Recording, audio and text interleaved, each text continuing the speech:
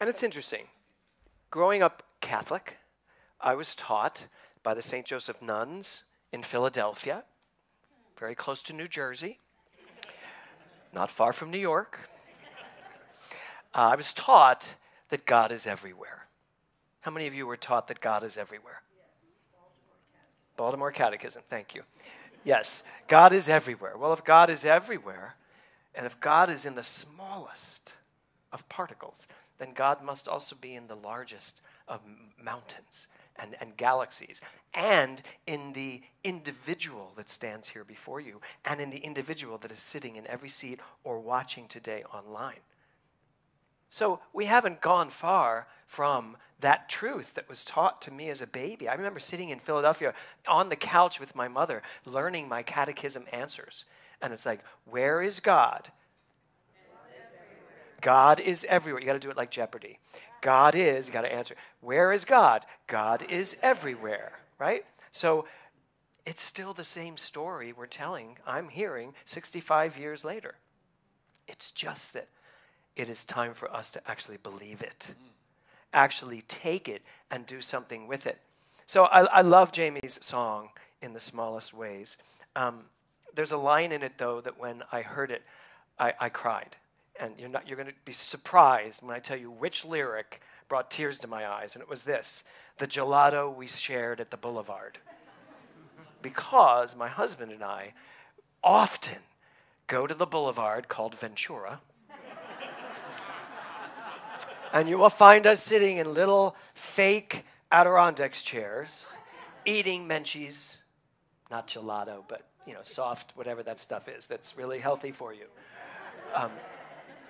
It's moments like that when I look at my marriage that I am so overwhelmed with, that I have someone in my life that I want to sit on Ventura Boulevard in a fake Adirondacks chair just eating Menchie's and talking. It's those small things. I love going to Scotland. I love going to the top of the Eiffel Tower with Kevin. But Menchie's on Ventura Boulevard, that's a whole different story. It's those little things that we take for granted. Beginnings. The first thing I want to say about beginnings is the back-to-school energy. How many of you can feel the back-to-school energy in the air right now? You can just feel it. How many? Everybody here, is anybody here today were you never a child? Everybody has been a child at some point. Do you remember when Labor Day came and it was like, we're getting ready to go back to school? I don't know about you, but I was always excited to go back to school. You know what I really loved? I loved the new copybooks. Remember those little black and white copybooks, which I think they designed after the nuns? Looks just like them. I loved it when my mother would hand me like 4 or 5 of them, one for each course we were taking.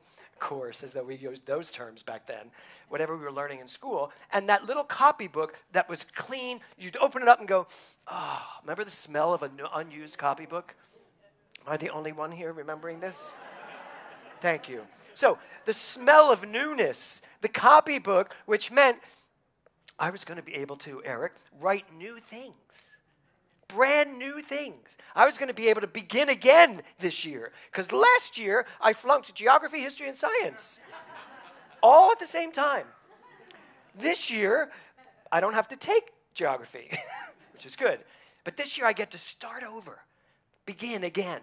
Open up my book and write down new stuff. Create new stuff. Well, that is in the air right now. All we are is energy. That's all you are, Steve Brabant. Just one big hunk of energy. I mean, you're a hunk, but you're an energetic hunk, right? So all we are these walking, moving, breathing, living, feeling, thinking mounds of energy, walking through a universe of energy.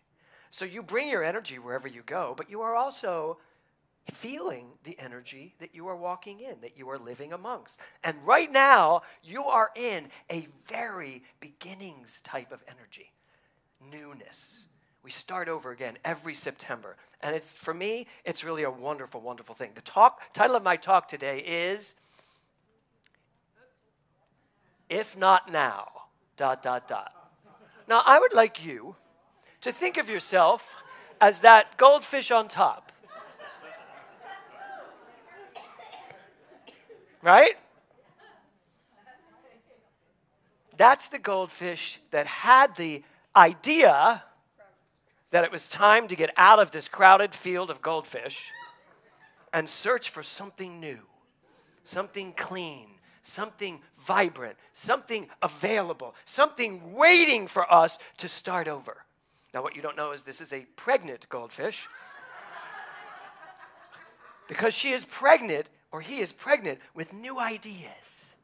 And it's going to just be an amazing trip. And as you can tell, he is going to make, or she, or whatever, is going to make it into that bowl. But I like that the picture shows him up top, because a lot happens between this goldfish, that goldfish, and if we were to go to the next one and show just a single goldfish, a lot's going on in you between the beginning, the oh shoot, and whew, right? But the beginning is really the most important part of it. So the title is If Not Now. Now you probably expect, what's the word that's going to come after that? When. I'm totally not interested in when.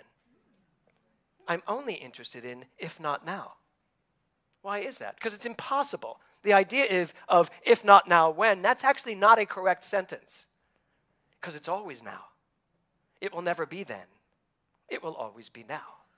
So the idea is, if not now,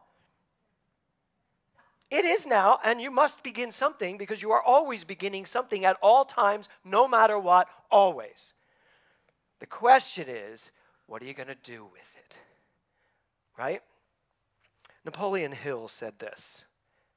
This is so great. I'm so glad I found this quote because it's about beginnings, and it's about how does this work? How do you get from the crowded goldfish bowl into the sky where you're taking your chances and landing where you want to land? So what is that whole process? So Napoleon Hill says this: first comes thought, then organization of that thought into ideas and plans. So first comes thought, then organization of that thought into ideas and plans, then comes transformation of those plans into reality. And he says, the beginning, you will observe, is in your imagination. So he didn't say the beginning is the first thoughts. He didn't say first comes thoughts as though that's the beginning. No, what he's saying is your imagination is the beginning of everything. Your imagination.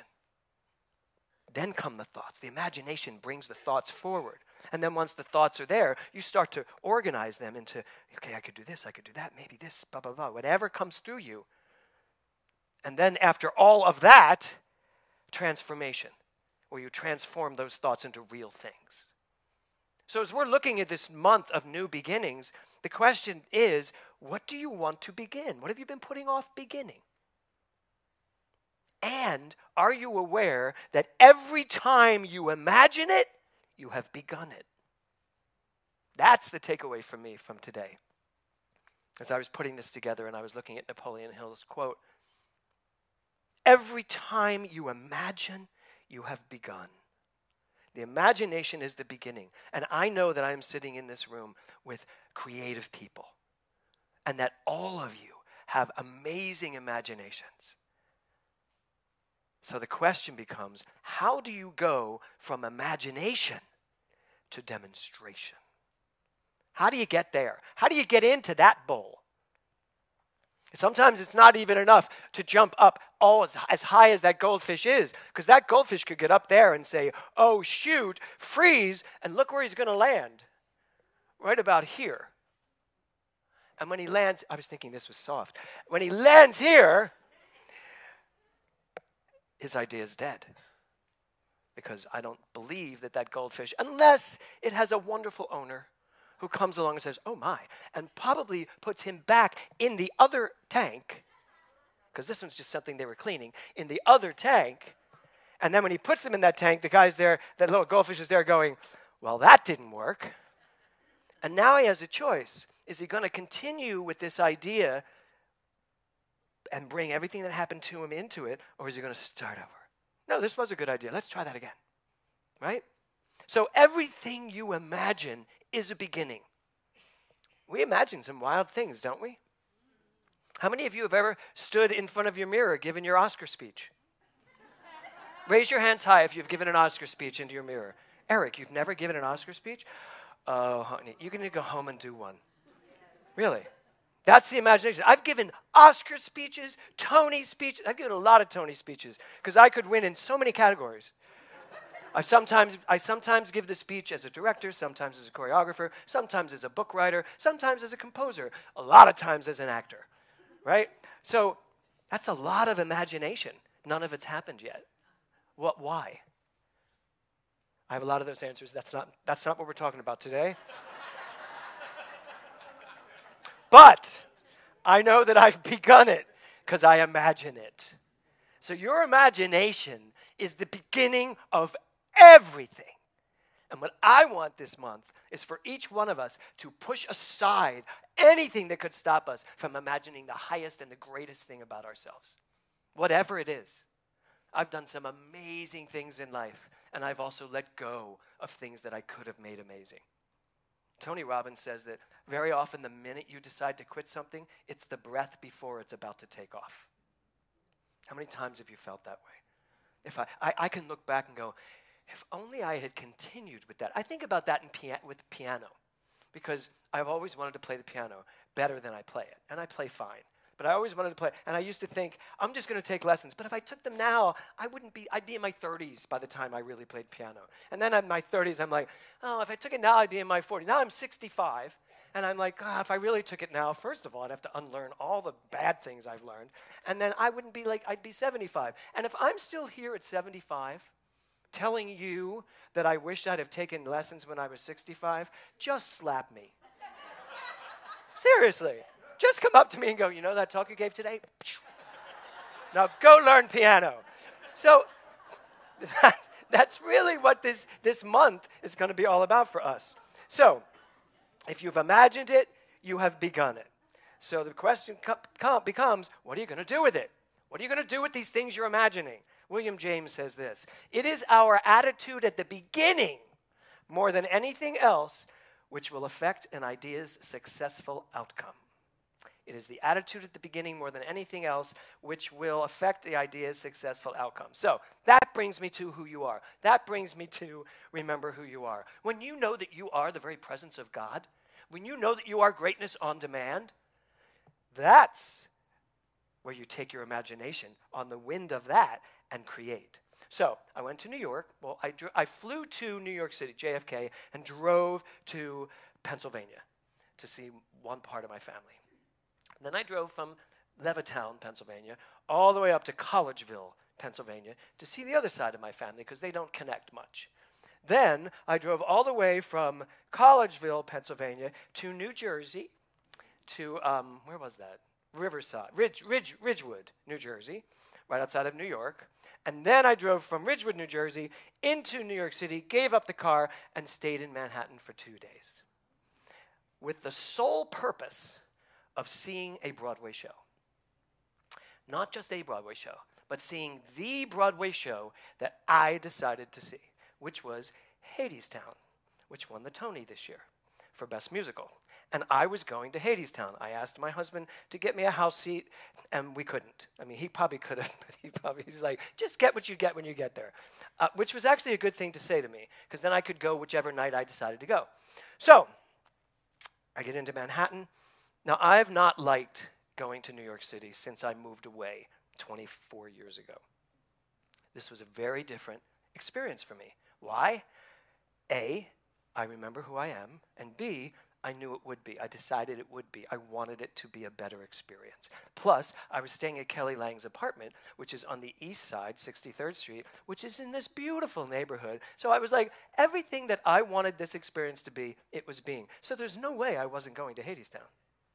I go to the box office, and I walked up, and I looked at the lady, and I said, do you have a single ticket for tonight? This is at 6 o'clock. This was at, 5:45, and the show's at 7. I said, do you have a single ticket for tonight? And she looked at me, she went, no. I said, okay. I said, well, I started to say something, and the guy next to her at the other box office, he reaches over and goes, hold on. She goes, hold on a minute. She goes, as a matter of fact, we have a house seat that just got turned back. I said, I'll take it. And then she told me how much it cost, which was like a third of what it would cost if you went to get it any ticket company. It was just a house seat, which means it's a producer's house seat who wasn't going to use it that night.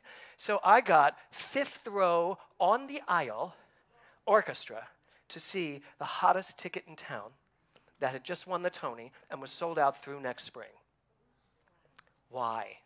Because I'm lucky? Because I'm adorable? Because I show up at the box office and they're like, we gotta help him. Look at him. He came all the way here from Los Angeles to see this. Surely. No, not at all. Because I start with the consciousness of my life will always unfold perfectly. Hadestown is one of the most amazing shows I've ever seen. It stimulated me, it excited me, it inspired me. It reminded me of the way I do theater, the staging, the choreography, the story, which is Orpheus Descending. All of it was just unbelievable. And I just sat there all night rarely do I go to a Broadway show and think, I should still be doing this. That night, not that I'm leaving, that night I was like, I should still be doing this. And I will, in my own way, and still do this at the same time because it's all one thing to me. So I'm having this amazing, amazing time watching this show. And the next day, I decide, and I walked everywhere. My little heart meter, I was doing 5, 8, 10 miles a day. The next morning, I decided to spend the day in Central Park. I had breakfast with a friend and went to Central Park. And I saw, which is why your song was so perfect for me, I saw things in Central Park I've never seen before.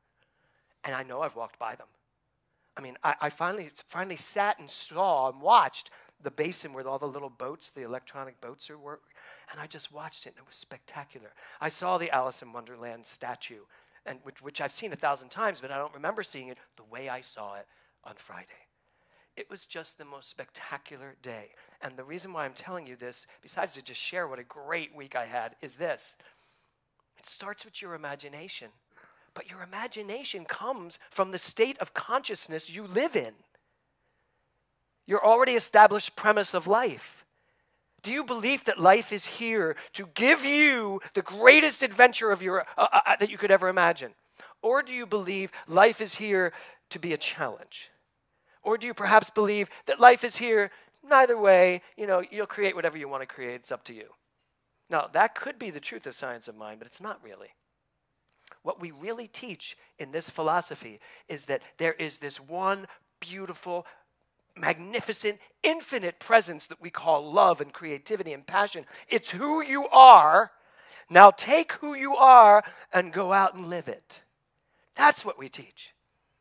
We get too caught up in the, it's done unto you as you believe. Whatever you think, you create. All that's true. But what are you creating from? Who is the person creating? That's the most important thing for you to get in touch with. You can begin anything so long as you begin it knowing that you are the very presence of the divine creative energy. You start from that vantage point. Don't start from, well, here's this logistic, and here's what they say this could happen, maybe this could happen. How many times do you think you will just stop before you even begin? Because you've somehow talked yourself out of it. Yet, the imagination, that inspiration that came through you for a reason. It's yours to do or not to, but choose it. Don't let other people, as Joselito said, don't let other people be your wigglers and talk you out of it before you've even stepped into it to see what it feels like. And I know there are those of you out there, because I have had this happen to me, where people will talk you out of an idea before you even stepped into the idea. But that's on you. Stop talking to people. Seriously. Don't tell everybody of your great ideas, here's what I'm going to do. We do that because we do that instead of doing it. We just tell everybody because we can live it out there instead of actually living it. Fastest way to kill a dream. Tell somebody that you know is a dream killer.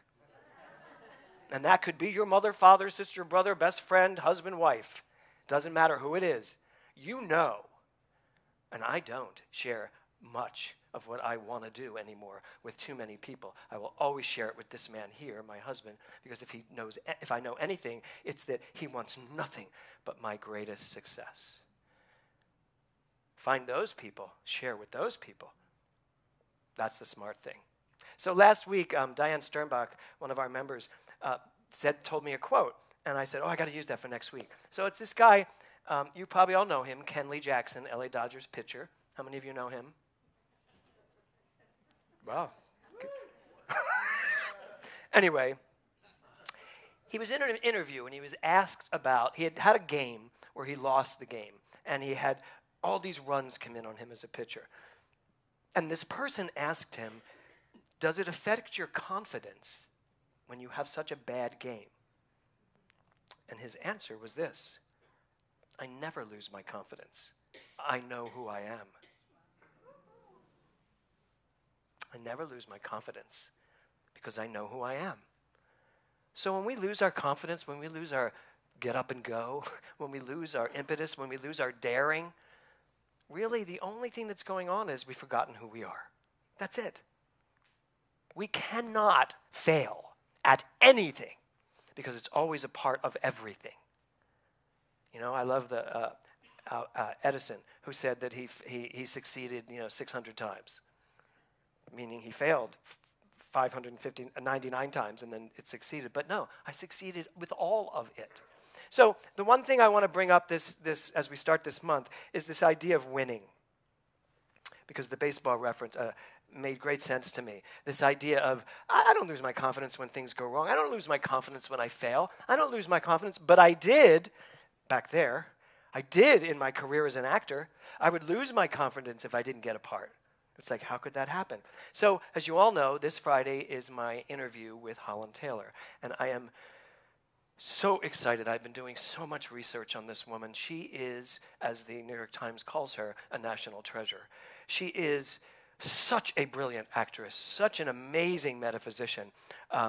She has her master's in spiritual psychology. And I caught one interview that she was doing, and they asked her a question about how did failing affect you in life? And her answer was so spot on that the interviewer, which was, I think, Dick Cavett, said, wow, you're really a philosophizer. And she says, no, I'm actually just a person that lives. How do you go through life without making sense out of all of this? So here's what she said. So the question was about winning. In a race, the guy said, well, what? Because she said there's no such thing as losing. He says, well, what would you do if, you were in a race and someone ran faster than you? And, her answer was, she said, you aren't in charge of winning. You're just in charge of running. That's your job, to run, not to win. And then she brought it back to her acting. And she said, I didn't become an actress to be a star. I became an actress to act. Being a star, that's the natural result of someone who knows who they are. And I'm listening to this going, oh my God, I cannot wait to sit up here and let her talk. And she's actually going to do a segment from Anne, her Tony-nominated role on Broadway. So she's going to do a segment as Governor Ann Richards. So I'm just so excited about this. But this idea, our job is not to win. Our job is to run. Your job is not to get to the end of something. Your job is to begin it. Just begin it. It doesn't matter where it's going to go, how it's going to end. It may end where you don't want it to end, but you began it, it took you there, and now you know where to go next. Because there's something inside of you that is constantly showing you and telling you where to go. Begin it. So, in closing, I'd like to read a quote from T.S. Eliot. He says, what we call the beginning is often the end. And to make an end is to make a beginning. The end is where we start from. And it all starts and ends with the imagination. Clearly, they're all kind of on the same. Napoleon Hill, T.S. Eliot, Cats Forever. Well, Broadway reference right over your heads. So the idea is, what are you going to begin this month? What is your thing? What is your destiny? What have you been waiting to begin? How many projects do you have that you haven't begun? How many projects do you have that have stopped? You've put it aside because somehow you're not sure how it's going to end. Biggest crippler. Thinking, I have to know. How many of you say to yourselves, I have to know how this is going to end before I begin it? No. The real, truthful, authentic person who lives as their God self just keeps going. You make a beginning and you keep going. And then begin again. If it's like somewhere and you go, oh, you know what? I got everything I needed now. Let me begin again. And allow something to drive you. I'm looking at Reverend Linda Fisher here. Reverend Linda Fisher has been candidating for churches for quite some time. Sometimes they're good, sometimes they don't work out. Now she has finally received her letter of call. She will now be a full minister running a congregation in where? Where? Bremerton, Washington. Riverton.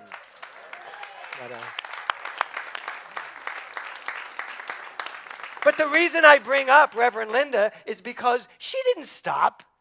When something was a no, it wasn't a no. It was a perfect yes. Yes, this is not a good fit for me. And she went on to the next one, and the next one, and the next one, until she found one that worked for her. Can't we all do that? The answer is yes. But we have to start with knowing who we are and then allowing our imagination to just flow through us. And let your imagination take you to a beginning. Whereas Napoleon Hill says, where you then start thinking from that truth and where you then start putting those thoughts together and then you transform them into the future that is yours to live. There is no future out there that is specifically yours. There is just, going right back to the beginning of this talk, this fluid creative energy that is yours to live as. And you will make your future whatever you want it to be. And if for some reason it shows up and you're like, I maybe wanted to do something different, do it. Because it's fluid. So as we start this month, as we really get in touch with beginnings, get in touch with anything that you think you should be beginning and that you're not. Ask yourself, so what's my problem? Why am I not able to move on here? Just talk to yourself. Be fluid, be honest, be authentic with yourself. And I guarantee you, you will start to hear your imagination roar ideas to you. I mean roar. This is yours. How about this? How about this? And your only job is to say yes to whichever one really gets you. It's like, yes, oh my God, yes. And then get out of the way of the end. Do not try to figure out the end. Stay in the flow. But the one thing you must do is begin.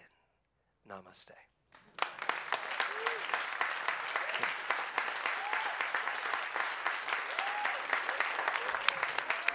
Thank you.